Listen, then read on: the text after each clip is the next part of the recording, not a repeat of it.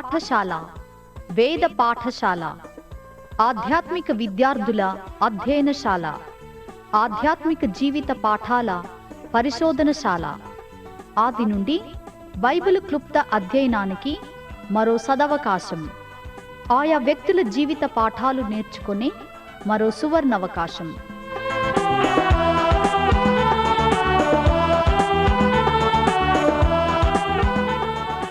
వినండి, వేద పాఠశాల నూతన వర్తమానాలు.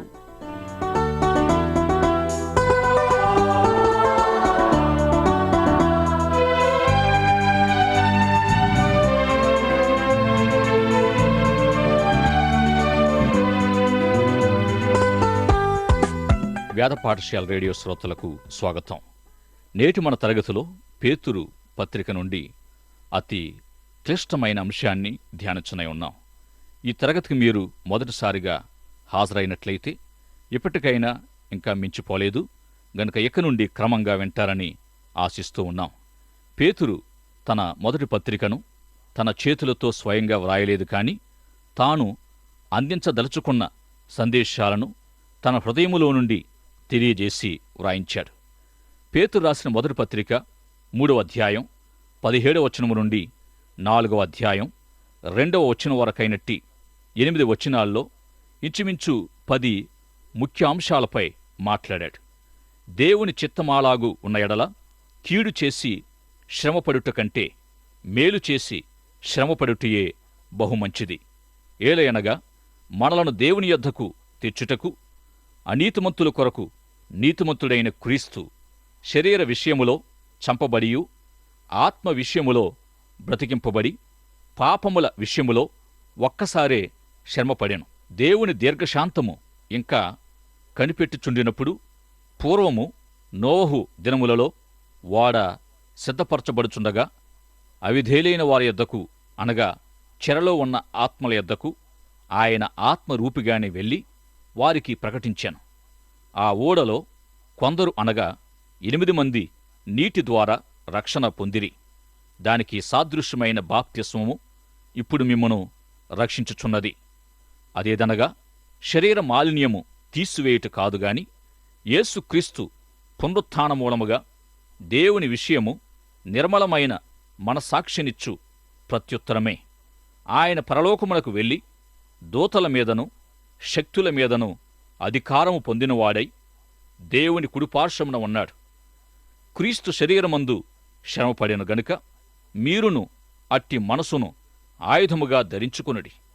శరీర విషయములో శ్రమపడినవాడు శరీరమందు జీవించు మిగిలిన కాలము ఇక మీదట మనుజాశలను అనుసరించి నడుచుకొనక దేవుని ఇష్టానుసారముగానే నడుచుకొనున్నట్లు పాపముతో జోలి ఇక నేమియు లేక ఉండును. వివరణకు అందనట్టి కష్టతరమైన ఈ వాక్య భాగములో యేసుక్రీస్తు లోకులందరి పాపము కొరకు మరణించాడు. ఆయన శరీరమందు మరణించినప్పటికీ ఆత్మలో జీవించే ఉన్నట్టు పేతురు ఇక్కడ వ్రాస్తూ, ఆ విధంగా ఆత్మలో జీవించి ఉన్న ప్రభు చెరలోని ఆత్మల యొద్దకు వెళ్ళి ప్రకటించాడని తెలియజేశాడు. ఈ వాక్య భాగము పండితుల అవగాహనకే మించినదయుంది. యేసుప్రభు మరణించి తిరిగి లేచి ఆరోహణం కావడానికి మధ్య సమయములో ఆత్మల పరిచర్య జరిగించాడనేది పేతురు పత్రిక యొక్క అర్థమయుంది. ఈ విషయాలను గూర్చి పేతురు దేవదూతలు ఈ కార్యములను తొంగి చూడగోరుచున్నారని వ్రాశాడు. పేతురు ఈ పత్రికలో ఒక అంశంపై నుండి మరొక అంశములోనికి దాటి వెళుతూ కనబడుతూ ఉన్నాడు. మొదటిగా శ్రమలను గూర్చి మాట్లాడాడు. తర్వాత క్రీస్తు శ్రమలను గూర్చి, క్రీస్తు శ్రమల తర్వాత ఆత్మల మధ్య ప్రభు జరిగించిన పరిచర్యను గూర్చి, దీని తర్వాత నోవహు కాలములో ఓడ నిర్మించబడడం మరియు జల ప్రళయాన్ని గూర్చి, దాని నుండి నీటి బాప్తిస్మాన్ని గూర్చి, యేసుక్రీస్తు పునరుత్థానము ద్వారా కలిగిన నిత్య జీవస్థితిని గూర్చి చెప్పిన తర్వాత ప్రారంభములో తెలియజేసిన శ్రమలను గూర్చి ముగింపులో కూడా పేతురు భక్తుడు మాట్లాడాడు.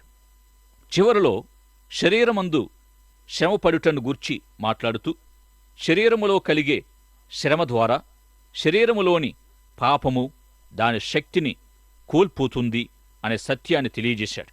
ఉదాహరణకు, శరీరములో ఏదైనా వ్యాధి శస్త్రచికిత్స గుండా వెళితే అనుభవంలో ఉన్న వ్యక్తికి పాపపు శోధన తలంపులు గాని ఇతరితర ఆశలు గాని వానిలో ఉండవు కదా. ఈ విధంగా శరీర సంబంధమైన శ్రమల ద్వారా కూడా శరీరములోని పాప ఇచ్ఛ నశించి ఇక మిగిలిన జీవితకాలమంతా పాపముతో ఎలాంటి సంబంధము లేకుండా ఉంటారనేది ఈ వాక్య భాగం యొక్క అర్థమయుంది. శ్రమపడుతూ ఉన్న వారినుద్దేశించి వ్రాయబడిన పేతురు పత్రికలో శ్రమ అనే పదము 14 సార్లు వ్రాయబడింది. రోమాలో ఎంతో విస్తృతంగా ఉన్న శ్రమలు రోమా సామ్రాజ్య కేంద్రపాలిత ప్రాంతాల్లోని కూడా ప్రాకుతూ ఉన్న తరుణములో పేతురు ఆయా ప్రాంతాల వారిని ప్రోత్సహిస్తూ వ్రాశాడు. ఈ విధంగా ఆయా అంశాలు వ్రాసినప్పటికీ పేతురు ఆ అంశాలన్నిటిలో శ్రమల సంబంధం మాత్రం తెగిపోకుండా చూస్తూ వచ్చాడు. గనుక ఈ పత్రిక చదువుతూ ఉన్నప్పుడెల్లా మనము కూడా శ్రమల అంశాన్ని మర్చిపోకుండా చదవాలి. 4వ అధ్యాయం 7వ వచనము నుండి 11 వచనాల భాగము కూడా గమనించదగినదై ఉంది. అయితే అన్నిటి అంతము సమీపమై ఉన్నది. కాగా మీరు స్వస్థ బుద్ధి గలవారై ప్రార్థనలు చేయుటకు మెలకువగా ఉండుడి. ప్రేమ అనేక పాపములను కప్పును. గనుక అన్నిటికంటే ముఖ్యముగా ఒకని ఎడల ఒకడు మిక్కుటమైన ప్రేమ గలవారయుండుడి. సనుగు కొనకుండా ఒకనికి ఒకడు ఆతిథ్యము చేయుడి. దేవుని నానా విధమైన కృప విషయమై మంచి గృహ నిర్వాకులయుండుడి. ఒక్కొక్కడు కృపావరము పొందిన కొలది ఒకరినొకడు ఉపచారము చేయుడి. ఒకడు బోధించిన ఎడల దైవోక్తులను బోధించినట్టు బోధింపవలను. ఒకడు ఉపచారము చేసిన ఎడల దేవుడనుగ్రహించు సామర్థ్యమునుంది చేయవలెను. ఇందువలన దేవుడు అన్నిటిలోనూ యేసుక్రీస్తు ద్వారా మహిమపరచబడును. యుగయుగములు మహిమయు ప్రభావమును ఆయనకుండునుగాక. ఆమేన్. అన్నిటి అంతము సమీపమయుందనే సత్యం యొక్క వెలుగులోనే ఈ వాక్య భాగములోని విషయాలన్నిటినీ పేతురు వివరిస్తూ వచ్చాడు. ఈ సత్యాన్ని ఆధారం చేసుకొని మాట్లాడిన పేతురు దేవుని కృపావరాలు పొందిన విశ్వాసులు లేక దైవ సేవకులు ఎలా ఉండాలో తెలియజేస్తూ వారు నెమ్మదస్తులుగాను ఆశా నిగ్రహం కలిగిన ప్రార్థనాపరులుగాను ప్రేమ కలిగి ప్రేమపూర్వకమైన ఆతిథ్యము ఇచ్చేవారుగాను ఇతరుల పాపాన్ని సహా కప్పివేయగల మిక్కుటమైన ప్రేమను ఒకరి ఎడల ఒకరు కలిగి ఉండాలని ఆత్మవరాలు కృపావరాలు మొదలైన వాటిని పరిచర్యలో ఏ విధంగా సమర్థవంతంగా వినియోగించాలో పేతురు చెబుతూ వచ్చాడు. దేవుని కృపలో నానావిధ కృపావరాలు సామర్థ్యాలు అనుగ్రహించబడ్డాయని పేతురు తన పత్రికలో తెలియజేశాడు. ఈ విధంగా అందరూ ఒకే విధమైన కృపావరాన్ని కలిగి ఉండరు. అందరూ ఒకే విధమైన సామర్థ్యాన్ని పొందకపోవడం అనే ఈ విధానం నిజంగా ఆశ్చర్యకరమైనది.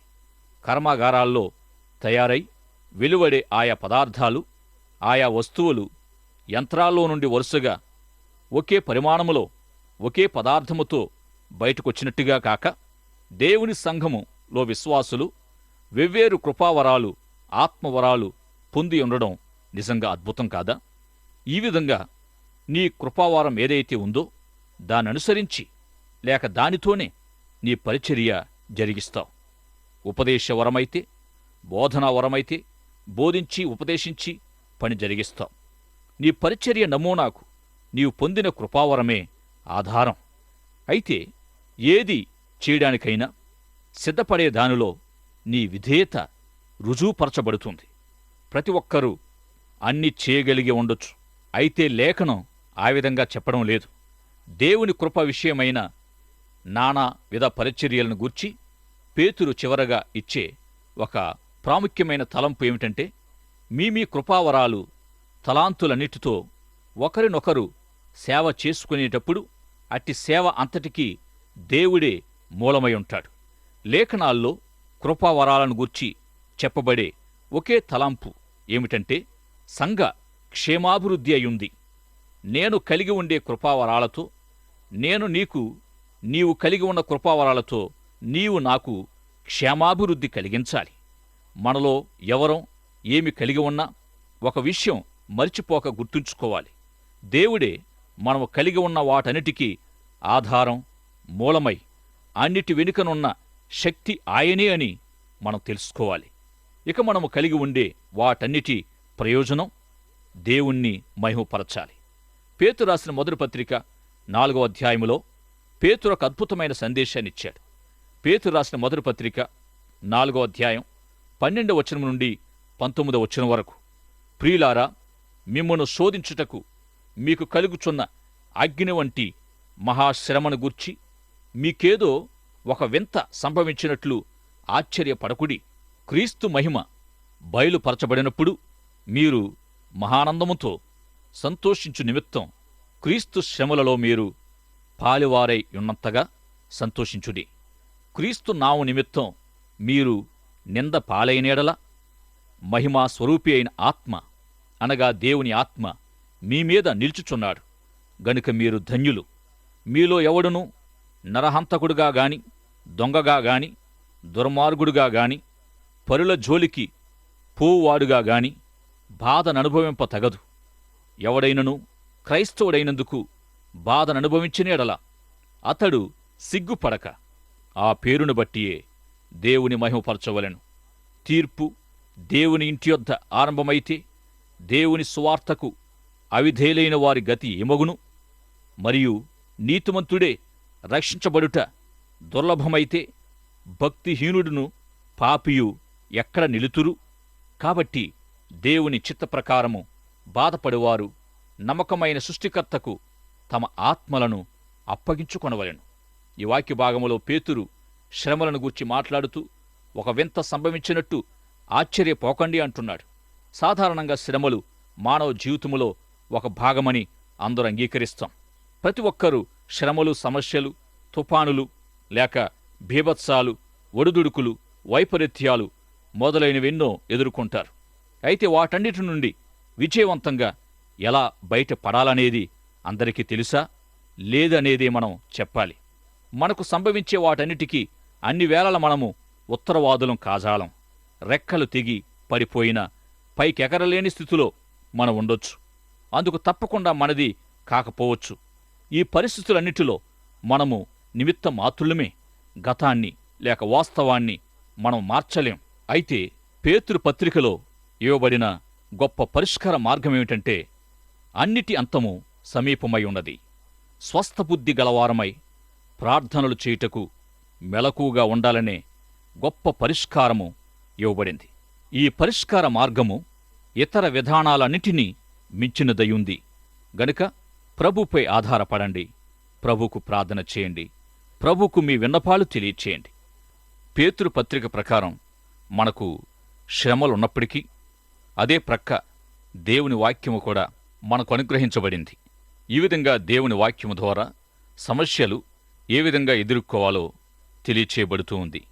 అదేవిధంగా మన విశ్వాస వ్యవస్థ కూడా దేవుని వాక్యంపై ఆధారపడినప్పుడు మన జీవితాలు దేవునికి సాక్ష్య జీవితాలై ఉంటాయి.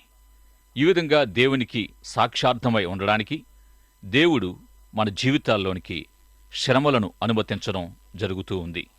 దేవుని వాక్యంపై ఆధారపడి ఉన్న విశ్వాసము ద్వారా శ్రమలను ఎదుర్కొని అధిగమించినప్పుడు దేవునికి సాక్షులై ఉంటాం.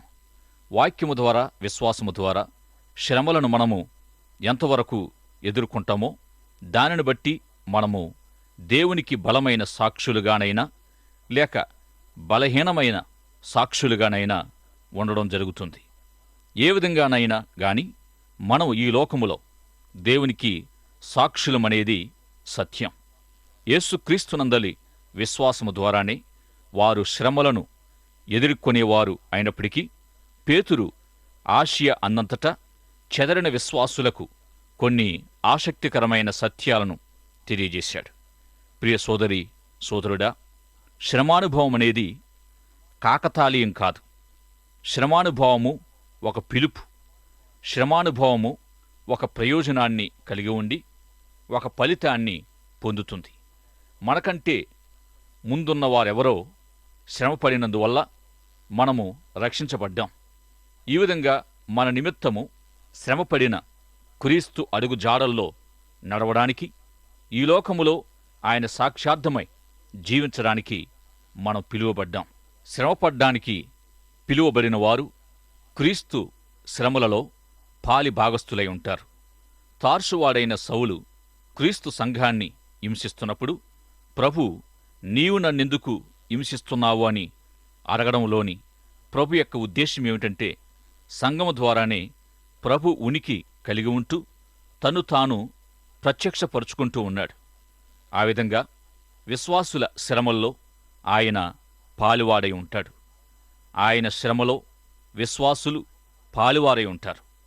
లోకమాయన్ని ద్వేషించి, హింసించి, తిరస్కరించింది. దీనంతటిలో మనం పాలువారం.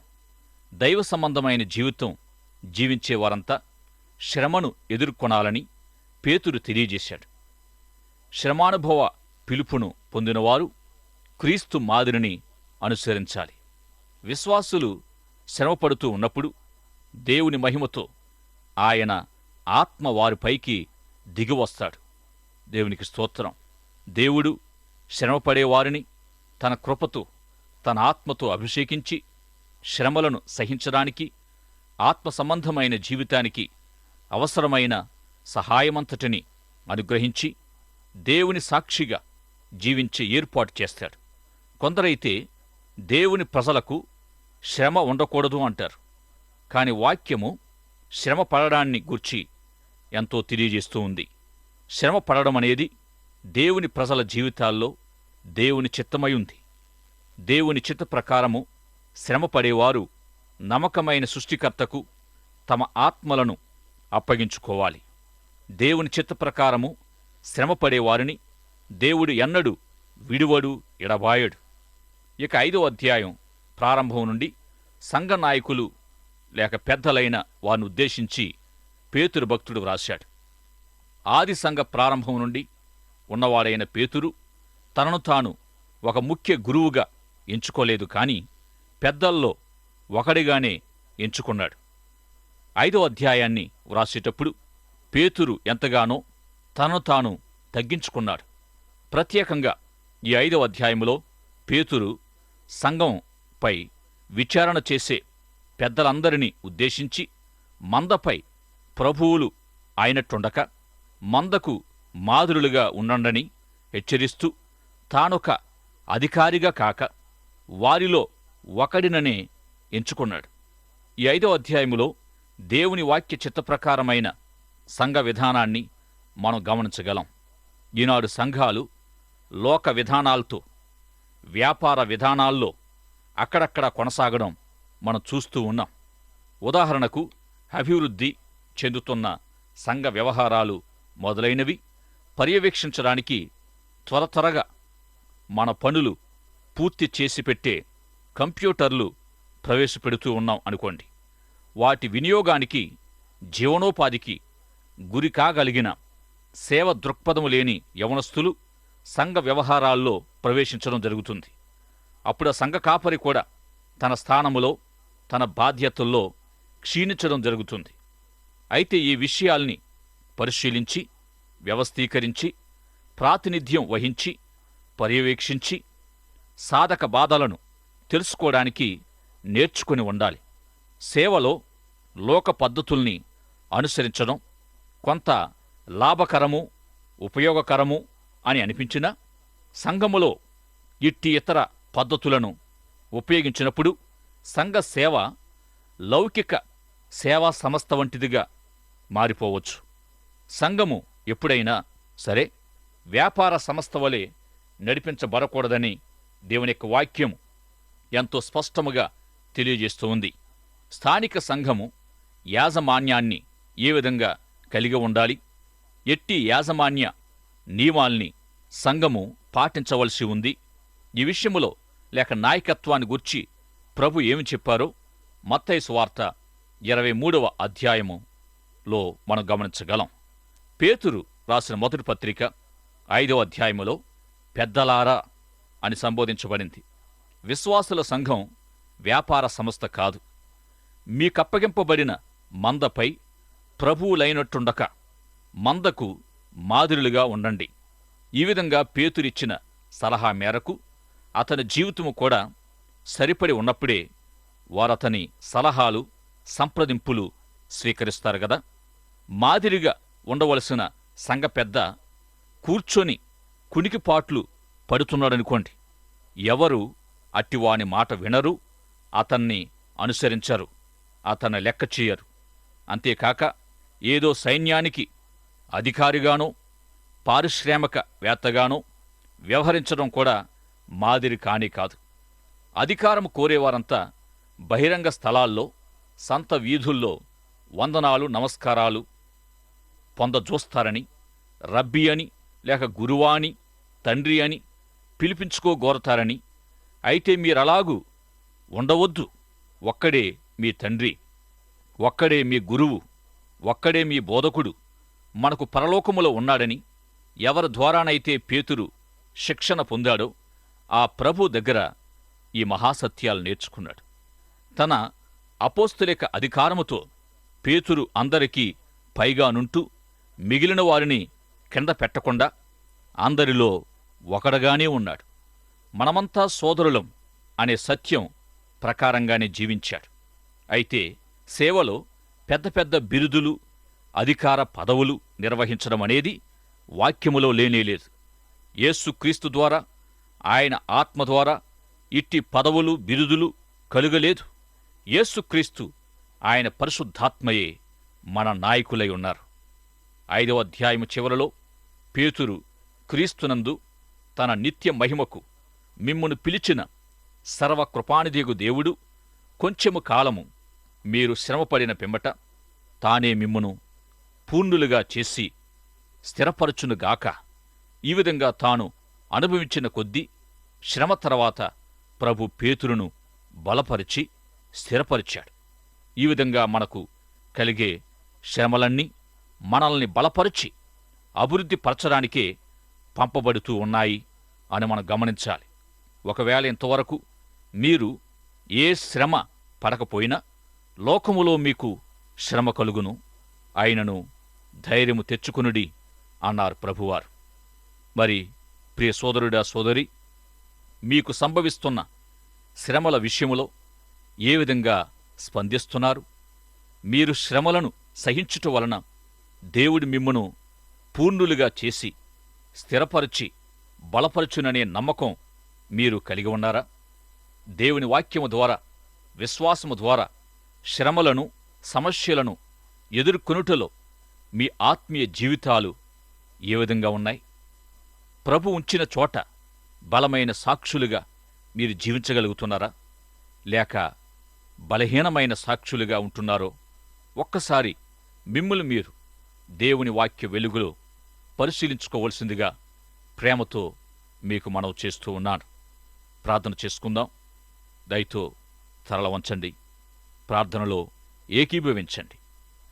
ప్రేమగలిగిన మా తండ్రి, సర్వకృపానిధియగు మా ప్రభువా, ఇంతవరకు మీ వాక్యము ద్వారా మా శ్రోతలతో మాట్లాడినందుకు వందనాలు చెల్లిస్తున్నాం. విశ్వాసులుగా, సేవకులుగా మాకు మీరు అనుమతిస్తూ ఉన్న శ్రమల ద్వారా మా విశ్వాసాన్ని బలపరిచి, స్థిరపరిచి, యోగ్యులుగా చేయుచున్నందుకు, ఆ శ్రమల్లో మాతో పాలువారిగా మీరు ఉంటున్నందుకు స్తోత్రాలు చెల్లిస్తున్నాం.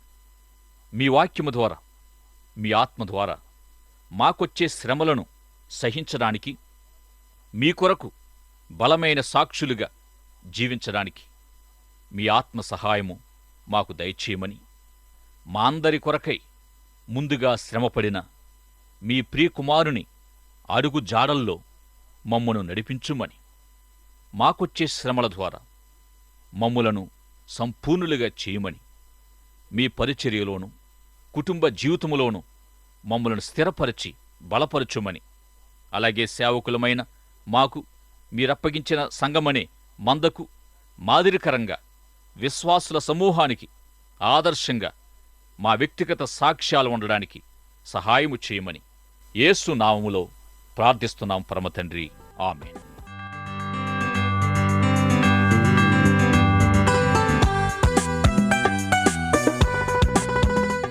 వేద పాఠశాలకు క్రమంగా హాజరవుతున్న విద్యార్థులకు మా అభినందనలు. ఈనాటి తరగతిలో మీరు వింటున్న ఆధ్యాత్మిక పాఠాలు మీ వ్యక్తిగత, కుటుంబ జీవితాలకు ఎంతో సహాయపడగలవని ఆశిస్తున్నాం. ఈ పాఠాల ద్వారా మీరు పొందుతున్న ఆత్మీయ మేలులు, ఆశీర్వాదాలు మాకు కూడా తెలియపరచండి. నేటి పాఠంలో మీకు ఏ విధమైన సందేహాలు, ఇంకా అర్థం కాని విషయాలున్నా వెంటనే మాకు వ్రాయండి. ఈ సందేశాలు మరింత సులభంగా అర్థం చేసుకోవడానికి సహాయకరంగా ఉండుటకు ఒక ఉచిత బైబిల్ గైడు మీకు పంపించగలం. మా చిరునామా: వేద పాఠశాల, విశ్వవాణి, తపాలా సంచి 4, సికింద్రాబాద్ 500017. మా ఈమెయిల్ ఐడి telugu@radio882.com.